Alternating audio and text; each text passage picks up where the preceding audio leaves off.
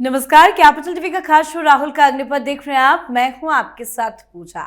नया साल शुरू हुआ नहीं और राहुल गांधी देश से बाहर निकल गए। जी हां, प्रियंका गांधी वाड्रा परिवार के साथ 4 दिन के निजी दौरे पर रणथंभौर पहुंची थी। राहुल गांधी भी साथ में थे, लेकिन जैसे ही वाड्रा परिवार दिल्ली लौटा, राहुल गांधी ने दिल्ली का रास्ता नहीं पकड़ा, बल्कि एक बार फिर विदेश उड़ान भर ली और इस बार भी गंतव्य वही पुराना, वियतनाम। अब सवाल उठना लाजमी है, कोई नेता अगर निजी यात्रा पर जाता है तो उसमें कोई आपत्ति नहीं, लेकिन जब वही यात्रा हर बार, हर साल, बार बार उसी दिशा में हो और पूरी जानकारी गुप्त रखी जाए तो शक पैदा होता है, सवाल उठते हैं। राहुल गांधी की ये वियतनाम यात्रा कोई पहली नहीं है, ये तीसरी बार सामने आई है। तो आज राहुल के फिर से विदेश यात्रा पर चर्चा करेंगे। साथ ही राहुल गांधी को कांग्रेस की कर्नाटक सरकार ने बड़ा झटका दे दिया है। दरअसल कर्नाटक की कांग्रेस सरकार की तरफ से 2024 के लोकसभा चुनाव पर एक सर्वे कराया गया था, जिसमें ईवीएम पर जनता का मजबूत विश्वास सामने आया है और राहुल गांधी के सारे दावे की पोल खुल गई है। तो आज इन्हीं तमाम मुद्दों पर चर्चा के लिए मेरे साथ स्टूडियो में मौजूद हैं कैपिटल टीवी के एग्जीक्यूटिव एडिटर राजीव जी। सर, आपका बहुत बहुत स्वागत है। धन्यवाद। अभी हम पिछले 2-3 दिनों से चर्चा कर रहे थे कि पूरा वाड्रा और गांधी परिवार रणथंभौर में है, लेकिन अचानक से खबर आई कि राहुल गांधी वहां से सीधा वियतनाम निकल गए। आखिर क्यों? देखिए, वाड्रा परिवार था, गांधी नेहरू परिवार तो था नहीं। वहां पर गांधी नेहरू परिवार में एक ही व्यक्ति राहुल गांधी गए थे जी। सोनिया गांधी भी नहीं गई थी और राहुल गांधी के अपने परिवार से मिलने की बेचैनी होगी, क्योंकि वहां पर वाड्रा परिवार था। प्रियंका वाड्रा थी, रॉबर्ट वाड्रा भी थे और प्रियंका वाड्रा के बेटे रेहान वाड्रा भी थे और उनकी मंगेतर अवीवा बेग भी थी और बेग परिवार भी था।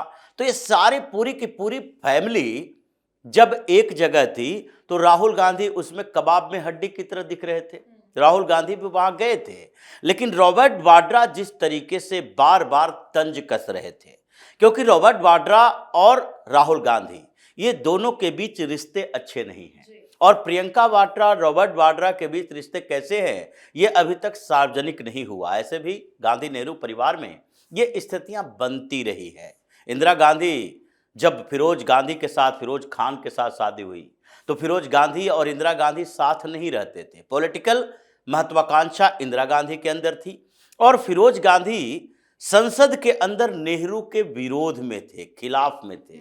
उन्होंने नेहरू की सरकार की ऐसी स्थिति कर दी थी कि इंश्योरेंस घोटाले में जब फिनांस मिनिस्ट्री को टारगेट किया गया तो उसके बाद उस समय के फिनांस मिनिस्टर षणमुगम रेड्डी को इस्तीफा देना पड़ गया था। नेहरू के जीप घोटाले की फाइल, जो डिफेंस मिनिस्टर उस समय हुआ करते थे मेनन, उसके खिलाफ भी फिरोज गांधी ने ही आवाज उठाई थी और इससे अनकंफर्टेबल सिचुएशन हो रहा था। वो कांग्रेस में तो थे नहीं, तो इसलिए इंदिरा गांधी ने चुना कि हस्बैंड के साथ या पिता के साथ। हस्बैंड के साथ रहेंगे तो विद्रोही बने रहेंगे, अगर पिता के साथ रहेंगे तो प्रधानमंत्री बनेंगे, तो प्रधानमंत्री बनना था। उसी तरीके की बात की जा रही है कि प्रियंका वाड्रा ये सोच रही होगी कि अगर रॉबर्ट वाड्रा के साथ रहे तो फिर विरोधी गुट में शामिल हो जाएंगे, क्योंकि रॉबर्ट वाड्रा की जो प्रतिक्रिया रहती है, 2024 के चुनाव के पहले रॉबर्ट वाड्रा ने बार बार ये बात कहा कि नहीं नहीं, हमें भी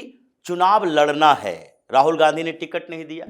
प्रियंका वाड्रा के लिए भी उन्होंने कहा कि नहीं, प्रियंका वाड्रा को भी संसद में डिमांड हो रही है, उनको भी टिकट नहीं मिली। उपचुनाव में जीत कर आए, वो 2024 के चुनाव में तो उनको टिकट नहीं दी गई थी। तो इसलिए रॉबर्ट वाड्रा के साथ जो बार बार बाहर में मीडिया के सामने प्रियंका वाड्रा के लिए बताते हैं कि नहीं, कांग्रेस के अंदर से डिमांड बढ़ रही है कि प्रियंका वाड्रा को लीड करने देना चाहिए, इससे राहुल गांधी अनकंफर्टेबल तो रहते हैं। और इस बीच भी जब राशिद अल्वी ने प्रियंका वाड्रा के लिए कहा कि नहीं नहीं, अब राहुल गांधी के बदले कांग्रेस की कमान प्रियंका को सौंपनी चाहिए, तो उस समय भी रॉबर्ट वाड्रा से जब ये सवाल पूछा गया तो उन्होंने कहा नहीं, डिमांड तो है, लोग चाहते हैं, कांग्रेस के अंदर के लोग चाहते हैं कि प्रियंका वाड्रा लीड करे और वहां तो लोग ये भी चाहते हैं कि रॉबर्ट वाड्रा भी राजनीति में आए, फुल फ्लेज पॉलिटिक्स में आए और कांग्रेस के अंदर ही रहे, कांग्रेस में वो सांसद बने, राज्यसभा से ही भेज दो। ये डिमांड तो रॉबर्ट वाड्रा की रही है। तो पूरा वाड्रा परिवार वहां पर था और वाड्रा परिवार के साथ राहुल गांधी। अब राहुल गांधी को क्या लगा, क्या याद आई कि वो दोनों काम करने के लिए एक साथ चले गए, क्योंकि अभी अंतर्राष्ट्रीय स्तर पर परिस्थितियां बदल चुकी है।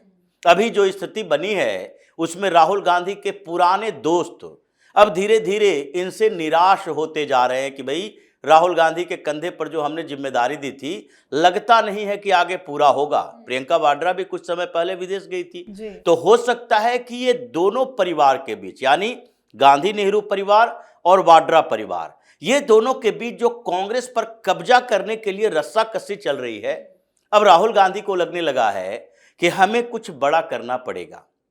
मतलब अपने विदेशी पार्टनर को और एक्टिवेट करना पड़ेगा। अभी कुछ समय पहले ही चीन ने कहा कि भारत और पाकिस्तान के बीच सीज फायर हमने करवाई, ये क्रेडिट चीन का लेना था। और अभी चीन क्या कर रहा है, बलूचिस्तान में अपनी व्यवस्थाओं को और मजबूत कर रहा है, वहां सेना भी भेज रहा है। और इस बीच पाकिस्तान चीन एक प्लेटफॉर्म पर फिर से आ रहा है, तो राहुल गांधी के लिए तो बेहतर मौका है। और राहुल गांधी जो विदेशी पार्टनर इनके हैं उनके साथ मिलकर ही देश में कम से कम कुछ ऐसे हलचल पैदा करना चाहते हैं जिससे लोगों का विश्वास थोड़ा कमजोर हो कि मोदी शासन में भी वही व्यवस्थाएं रहेगी जो पहले से चली आ रही थी। तो दो काम एक पंथ, एक जगह दो रास्ते। अब एक जगह है इनके लिए वियतनाम, जहां पर चाइनीज इन्फ्लुएंस भी है, अमेरिकन एजेंट भी आते हैं, आईएसआई का नेटवर्क भी है, कम्युनिस्ट देश है। और वहां से जो पिछली बार ये गए थे तो कांग्रेस के लोगों ने कहा कि वहां का इकोनॉमिक मॉडल देखना चाहते हैं। ये कौन सा इकोनॉमिक मॉडल? अगर वियतनाम का इकोनॉमिक मॉडल देखना चाहते हो तो क्या भारत पर कम्युनिस्ट शासन स्थापित करना चाहते हो? क्या भारत में वही वामपंथियों का एजेंडा चलाना चाहते हो? ऐसे चला तो रहे हैं। तो इसलिए वियतनाम को उन्होंने चुना। जैसे सोर्सेस से खबरें आ रही है कि वो अचानक से वियतनाम चले गए, तो दो रीजन तो दिख रहा है। एक तरफ वाड्रा परिवार के साथ उनके रिश्ते, और साथ ही पूरा का पूरा वाड्रा परिवार, इनको भी लगा होगा कि अब क्या है, अब तो मेरे भांजे की भी शादी हो रही है, कम से कम खुद के लिए अपने परिवार के साथ तो मिल लें। क्योंकि उस समय जो हंगामा चला जब ये जर्मनी गए, तो ये जल्दीबाजी में ही जितने समय के लिए गए थे उतना समय बिता नहीं पाए। ये गए तो थे कि 15 तारीख से जाएंगे और कम से कम 5-6 तारीख तक रहेंगे, अगले जनवरी तक। लेकिन ये परिस्थिति ऐसी बन गई कि लोगों ने इतना सवाल करना शुरू कर दिया, भारतीय जनता पार्टी ऐसे अटैकिंग मोड में आ गई कि राहुल गांधी 25 तारीख तक तो वहां लगभग रहने की गुंजाइश जो है, क्योंकि 27 तारीख को ही प्रकट हुए थे सीडब्ल्यूसी की मीटिंग में, तो वो जल्दीबाजी में 8-10 दिन के अंदर ही लौट आए। अब इनको लगा कि फिर से एक मौका देखना चाहिए। अभी रणथंभौर से वापसी, एयरपोर्ट पर तो जाएंगे नहीं, गाड़ी से लौटना है। और ऐसी स्थिति में कोई जान ही नहीं पाएगा कि वो दिल्ली में आ गए हैं, नहीं आए हैं, कोई सेशन नहीं है, सत्र नहीं है, कोई एक्टिविटी नहीं है। तो इस बीच हम इसका फायदा उठा लें और अपने एक्सटेंडेड फैमिली से भी मिल लें और विदेशी पार्टनरों के साथ मिलजुल कर अपने आगे की कॉन्स्पिरेसी को बढ़ाएं। मतलब मौका देखकर राहुल गांधी फुर हो गए। बिल्कुल सर, कांग्रेस को लेकर भी एक सवाल है, क्योंकि कर्नाटक कांग्रेस की तरफ से जो एक ईवीएम पर रिपोर्ट सामने आई है वो इतने दिनों के बाद आखिरकार क्यों रिलीज की गई? क्योंकि राहुल गांधी इनएक्टिव हो चुके हैं कर्नाटक के मुद्दे पर। लग रहा है अब डीके शिव कुमार की भी सब्र की सीमा टूट रही है। इस बीच झगड़ा चला, इन लोगों ने दो बहाने बनाए कि अभी पार्लियामेंट का सेशन है, अभी मीडिया को ज्यादा मसाला मिल जाएगा, नेतृत्व परिवर्तन भी करते हैं या आश्वासन भी देते हैं तो परेशानियां बढ़ जाएगी कांग्रेस के अंदर। उसके बाद विधानसभा के सत्र की बात कर दी गई और यह कहा गया कि अगले साल में हम ये पूरे मुद्दे को निपटा लेंगे।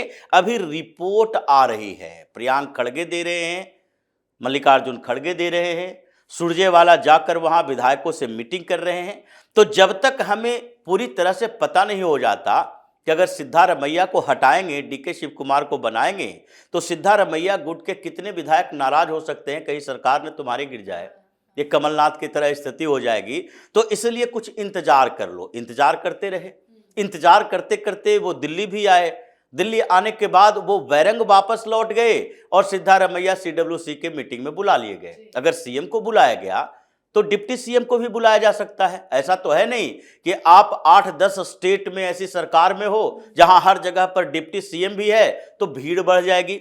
आप उन नेताओं को इनवाइट कर रहे हो जिसके कांग्रेस में कोई अहमियत नहीं है। तो डीके शिव कुमार तो कर्नाटक में बड़े नेता हैं, तो उन्होंने सोचा कि देखो राहुल गांधी से एक बदला लेना चाहिए, क्योंकि राहुल गांधी ये बार बार मुगालते में रहते हैं। कर्नाटक में तो हमने यानी कि राहुल गांधी प्रियंका वाड्रा ने जितवा दिया, तो ऐसे समय में ये बताना चाहिए कि इनके एजेंडे पर अगर हम लड़ते चुनाव, यानी वोट चोरी का मुद्दा, ईवीएम का मुद्दा, तो जनता का जो मूड है उसमें 2024 के लोकसभा चुनाव में 2-4 सीटें भी कर्नाटक में नहीं आती। जितनी आ पाई है वो हम लोगों के मुद्दे के कारण आई है। इसीलिए डीके शिव कुमार ने ये दिखाया है कि अभी तो एक रिपोर्ट बाहर लाए हैं, अगर आपने जल्दी से इस समस्या का समाधान नहीं किया तो उसके बाद विधायक बाहर आएंगे, उनके लेटर बाहर आएंगे और उस पर हस्ताक्षर होगा कि हम इस सरकार को समर्थन नहीं दे रहे हैं, अल्पमत में सरकार होगी। और इधर जो बातचीत चल रही है जेडीएस बीजेपी के साथ इनके, ये आगे हो सकता है कि अगर 10-15 दिन के अंदर डीके शिव कुमार को आश्वासन फिर से नहीं मिला, रिजीम चेंज की बात नहीं हुई, तो उसके बाद वो बड़े विद्रोह की तैयारी कर रहे हैं, जिसकी शुरुआत राहुल गांधी को आईना दिखाकर उन्होंने कर दिया है। बिल्कुल सर, बहुत बहुत धन्यवाद सर समझाने के लिए। धन्यवाद। तो ईवीएम पर हाहाकार मचाने वाले राहुल गांधी बुरी तरह से फंसते दिख रहे हैं। राहुल गांधी को उनकी ही कांग्रेस सरकार ने आईना दिखाया है। सर्वे में करीब 83% लोगों ने ईवीएम पर अपना भरोसा दिखाया है, पर यह सर्वे इतने दिनों के बाद जो सामने आया है वो साफ बता रहा है कि कर्नाटक कांग्रेस में बवाल अब बढ़ सकता है। साथ ही राहुल गांधी के एक बार फिर से विदेश दौरे ने भी कई सवाल खड़े कर दिए हैं। तो आप भी अपनी राय कमेंट करके लिखिएगा। देखते रहिए कैपिटल टीवी। नमस्कार।